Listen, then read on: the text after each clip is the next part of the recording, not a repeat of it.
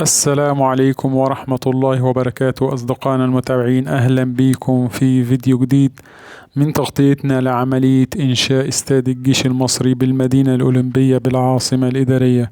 الحمد لله النهاردة انتهينا من عملية رش بذرة النجيلة الطبيعية في أرضية الملعب، وإن شاء الله بإذن الله الفترة اللي جاية هتبدأ عملية الروي والعناية والقص بالنجيلة الطبيعية إن شاء الله لحد ما تظبط المنسوب بتاعها والليفل بتاع النجيلة إن شاء الله.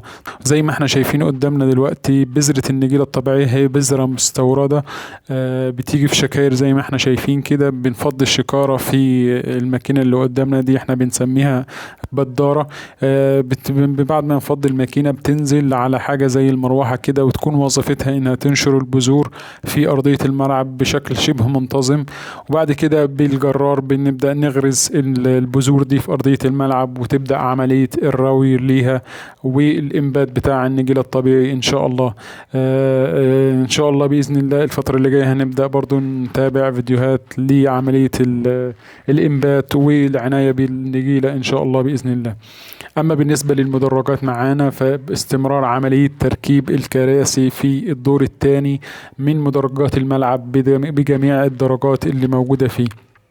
ان شاء الله باذن الله في الفيديوهات اللي جايه هنوليكم بتغطيات لاهم الاحداث اللي بتكون موجوده وبتنفذ في ارضيه الملعب.